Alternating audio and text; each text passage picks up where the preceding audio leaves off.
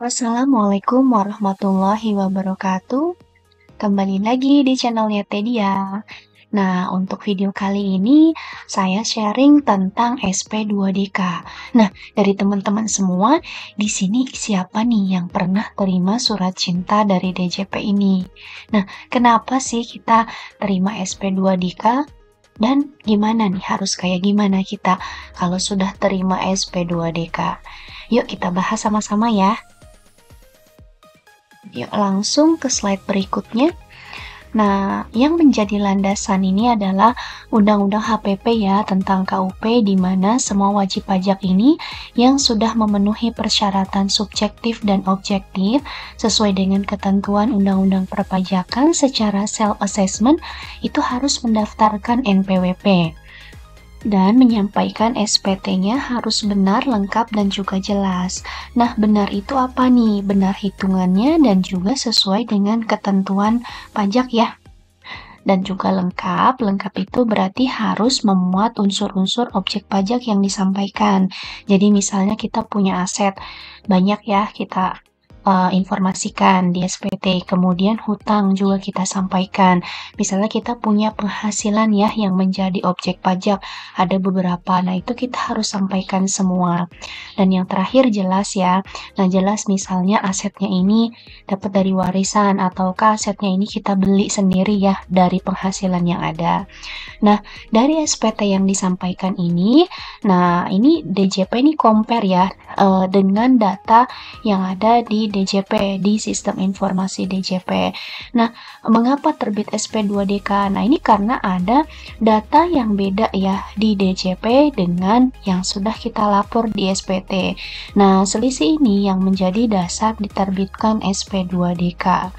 Nah, jadi ada perbedaan ya. Jadi DJP melihat nih dari SPT yang dilapor dibandingkan dengan sistem informasi yang DJP punya, dan juga mungkin DJP punya informasi dari pihak-pihak lain ya yang bisa menjadi acuan untuk mengcompare dengan SPT yang ada.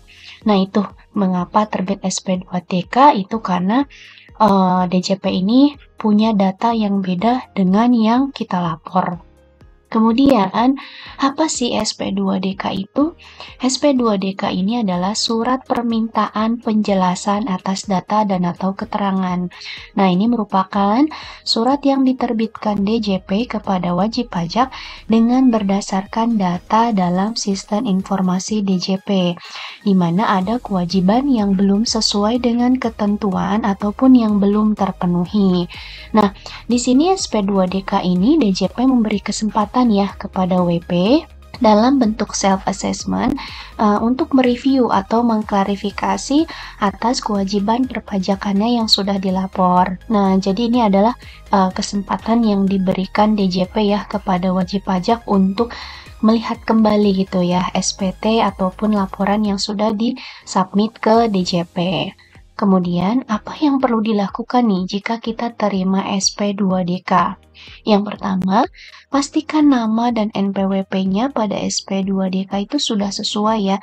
Jadi pas terima surat dari DJP, kita lihat dulu tuh identitasnya sudah benar atau belum. Jangan-jangan namanya sama tapi NPWP-nya beda.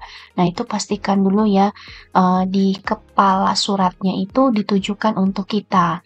Kemudian yang kedua, lakukan pengecekan kesesuaian data pada SP2DK dengan kondisi kita yang sebenarnya. Nah, itu kita perlu cek ya kesesuaian data apa benar nih yang ditanya ataupun dikonfirmasi di SP2DK dengan data-data yang pernah kita sampaikan, atau memang sebenarnya ada selisih ya. Nah, kemudian ketiga, kita konfirmasi dulu ke AR ya. Jadi kita diskusi dulu ke AR, apa nih yang perlu saya lakukan gitu, dan dokumen apa yang perlu disiapkan. Nah, di surat SP2DK itu di situ tertera ya nomor AR yang bisa dihubungi untuk kita konfirmasi. Dan yang keempat, beri tanggapan baik secara langsung maupun tertulis. Jadi klarifikasinya ini bisa disampaikan secara langsung ataupun tatap muka ataupun melalui surat menyurat gitu ya. Nah, klarifikasi ini disertai dengan bukti atau dokumen pendukung. Selama klarifikasinya disertai bukti yang menunjukkan telah memenuhi kewajiban perpajakan, maka tidak perlu bayar pajak lagi ya. Tapi kalau misalnya memang kita ada salah hitung, kemudian pembetulan, sehingga menyebabkan pajaknya salah ya, dan kita mesti harus bayar ataupun kurang bayar, maka kita perlu melakukan pembayaran. Nah, makanya kita harus lihat dulu nih ya kondisinya. Dan yang terakhir, kita pastikan nih batas waktu klarifikasinya 14 hari kalender. Jadi bukan hari kerja ya. Kalau hari kalender itu Sabtu Minggu dihitung. 14 hari kalender dari surat diterima. Nah, ini saya ada contoh ya dari klien saya yang terima SP2DK. Mungkin bisa menjadi gambaran teman-teman kayak apa sih yang belum pernah terima SP2DK. Nah, ini kita langsung saja kita lihat ya suratnya. Nah, ini seperti ini ya untuk SP2DK-nya. Atasnya adalah kop surat seperti biasa, kemudian ditujukan kepada kita. Ini adalah isi suratnya. Nah, di poin yang pertama, di sini disampaikan berdasarkan penelitiannya terhadap data dan keterangan yang DJP punya. Di sini ada indikasi ya. Yang pertama, terjadi selisih hitung PPh terutang. Kemudian yang kedua, selisih biaya sewa yang dilapor. Dan yang ketiga, terdapat peredaran usaha yang tidak dilapor. Nah, untuk terdapat selisih perhitungan PPh terutang, ini kita bisa cek kembali ya, apakah sudah benar hitungannya dan apa sudah sesuai dengan aturan tarif yang digunakan. Nah, PPh badan sendiri kan untuk PPh badan itu ada fasilitas ya jika penghasilan atau peredaran brutonya itu masih di bawah 4,8. Nah, itu kan ada pengurangan 50% ya dari tarif PPh badan yang 22%. Nah, mungkin itu bisa dicek dulu ya ke perhitungannya apakah sudah benar atau belum.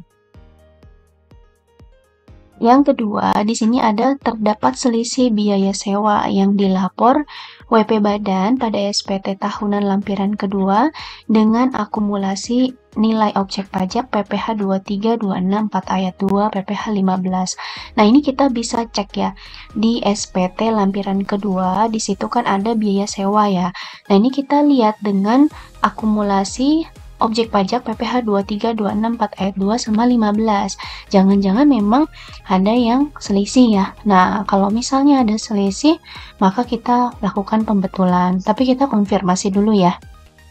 Nah, yang ketiga, ini terdapat peredaran usaha yang tidak dilapor oleh WP. Nah, ini jika ada peredaran usaha yang tidak dilapor, maka ya harus dilapor. Maka kita lakukan pembetulan.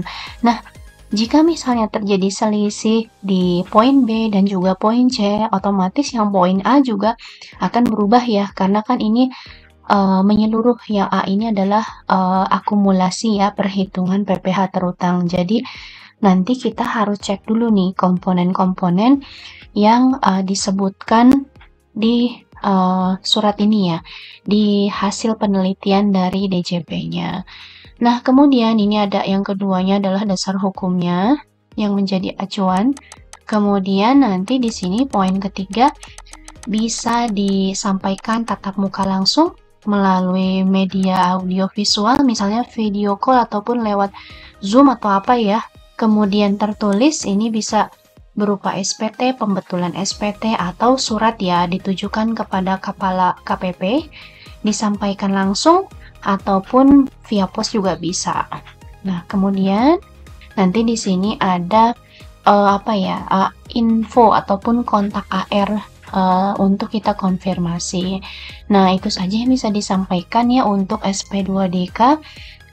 Mudah-mudahan ada gambaran untuk yang belum pernah terima SP2DK, jadi jangan panik ya kalau terima SP2DK.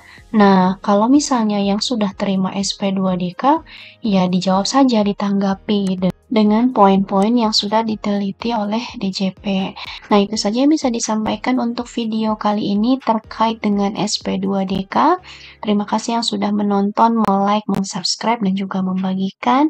Apabila ada pertanyaan, silakan komentar. Terima kasih. Wassalamualaikum warahmatullahi wabarakatuh.